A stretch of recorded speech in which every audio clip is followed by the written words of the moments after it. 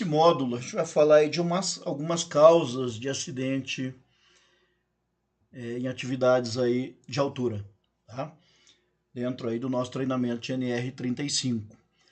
Uma das causas principais aí de acidentes com trabalhadores é a falta de capacitação dos mesmos, né? Muitos profissionais aí trabalham de forma ilegal, sem realizar o curso de NR35, sem ter experiência, né? E aí a gente diz que essas pessoas não são qualificadas. Uma outra causa aí é a falta de planejamento, né? Antes da execução de qualquer atividade em altura, é necessário observar, estudar, análise de risco, né? O local de trabalho e as atividades que ali vão ser exercidas. Qual o grau de dificuldade?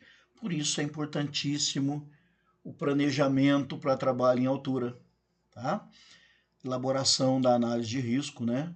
Falta de equipamentos de segurança, né? Não é possível realizar qualquer tipo de trabalho em altura sem a utilização aí de equipamentos. E esse tem aí a função de dar mais segurança na execução dessas tarefas, proporcionando aí ao trabalhador, né, a real sensação de segurança, né? De que se algo der errado, ele está protegido.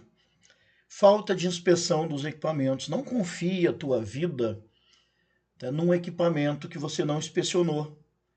Tá? Ele pode estar deteriorado, ele pode ter qualquer tipo aí de contratempo, né? Ou de desgaste que pode comprometer a tua segurança, a tua integridade física, né? Os equipamentos devem possuir certificação e estar em bom estado de conservação, tá? Seja ele de sua responsabilidade, ou seja, no caso, às vezes, de um cinto de segurança que fica na ferramentaria, fica no almoxarifado, e que ele passa a ser um EPI quando o profissional vai lá retirar e ele é registrado na tua ficha de EPI, quando devolve a uma outra pessoa que vai cuidar da inspeção, da higienização. Isso faz necessário que você inspecione, né? Pô, no item A a gente fala um pouquinho de falta de capacitação. O que é falta de capacitação? Quando você está dentro de uma empresa, de uma grande empresa, né, a empresa proporciona para você, através da CLT, treinamentos direcionados aí às atividades que você vai realizar, sendo a altura uma delas, né? Você vai estar realizando. Claro que existem outras, né? Mas na rua, né, em construções clandestinas, né, algumas fazendas, né, existem atividades para quais os funcionários não são capacitados e realizam atividades não só em altura, como também em espaço confinado e outras inúmeras atividades sem ter treinamento para isso, né? Sempre fiz assim, meu pai fazia, meu pai me ensinou, isso me capacita, né? Sim, meu pai me ensinou e aí eu preciso me atualizar, né? Capacitar de uma forma coerente, né? Um outro ponto aí de causa de acidentes de trabalho em altura é a falta de comunicação, né? A chave aí para ordem e organização é a comunicação. A equipe precisa estar bem alinhada, né? Confiar nos colegas de trabalho, né? Conversar. Carga horária excessiva. Cuidado, se você é aquele trabalhador que adora uma hora extra, o desgaste físico, tá, ele é muito grande. Porém, o desgaste psicológico, emocional, pode te levar a acidentes, porque existe um desequilíbrio na tua vida. Você está gastando muita energia na área profissional, né, e não está cuidando da própria saúde, da tua integridade física, né? Então, carga horária excessiva é um fator de acidente de trabalho. Tá? Pressa, a empresa nos paga para que a gente seja ágil. E ágil não é promover correria. Já dizia aí um ditado antigo, né? A pressa é inimiga da perfeição. Realizar atividades na correria pode representar riscos aí, muitas vezes fatais, né? É preciso planejamento, calma, concentração para que eu realize a minha atividade de forma segura. Consumo alcoólico ou drogas, né? Nem sempre a gente está falando de álcool. Quando eu falo às vezes de droga, Eu estou dizendo de um simples remédio que você toma para dor de cabeça e que ele pode alterar o seu sistema nervoso central, causar sonolência, né? Causar aquela sensação, né, de que está tudo bem, está tudo tranquilo, que está tudo sob domínio, quando na verdade você está sob o efeito de uma droga sintética. Então o trabalhador precisa aí, né, de todos os sentidos para realizar um trabalho em altura, ter total controle da mente e do corpo, né, para a execução desse tipo de atividade com segurança. Né? Você não pode estar com a cabeça em casa e o corpo, né, a integridade física exposta num ambiente de trabalho. Corpo e mente tem que andar junto. Né? Isso é segurança emocional, a gente já falou disso em vídeos anteriores. Então, a segurança emocional no trabalho em altura também é primordial. Aí a gente tem os riscos inerentes aí ao local de trabalho, né?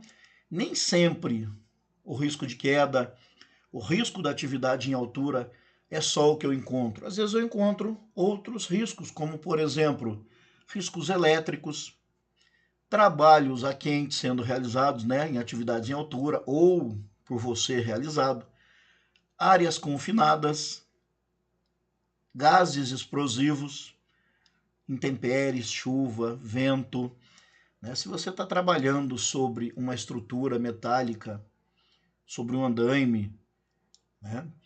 E aí vem aquele pano de chuva bonito, assim, é gostoso a gente parar e ficar olhando, né?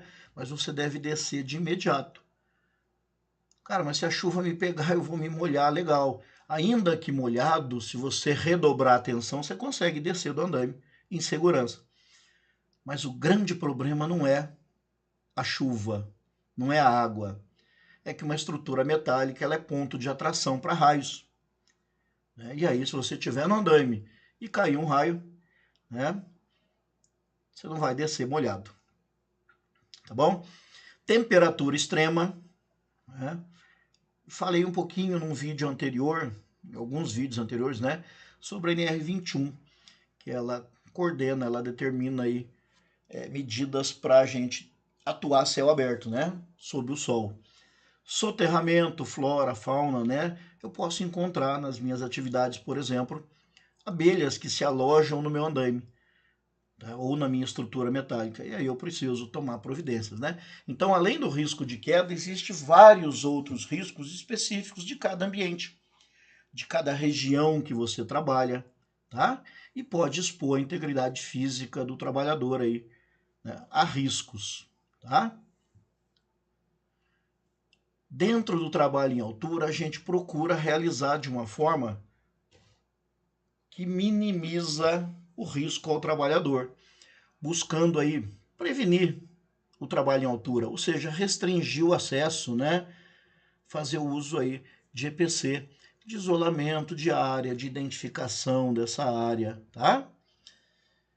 Realizar o trabalho ao nível do solo, né? Eu estaria eliminando o trabalho em altura. Em algumas situações isso é possível.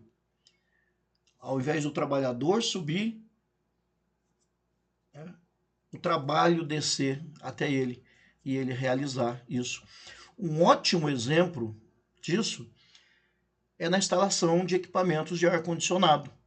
Os modelos anteriores, você instalava o ar-condicionado a uma altura e a condensadora, que é aquela parte que fica externo, também era instalado nas paredes. Né? E ainda é, tá? Em muitos casos. Tá? Mas quando você traz essa condensadora ao nível do piso, instala ela no chão, isso é mais comum com aquelas condensadoras em formato cilíndrico, né? Você eliminou a probabilidade de realização de trabalho em altura. Tá?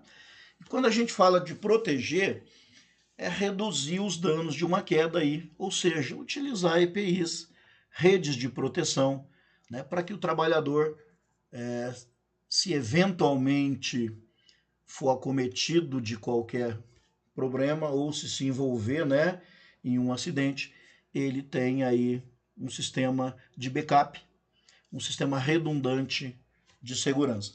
E assim eu vou parando aqui, né, com esse vídeo. E a gente continua no próximo vídeo. Um abraço.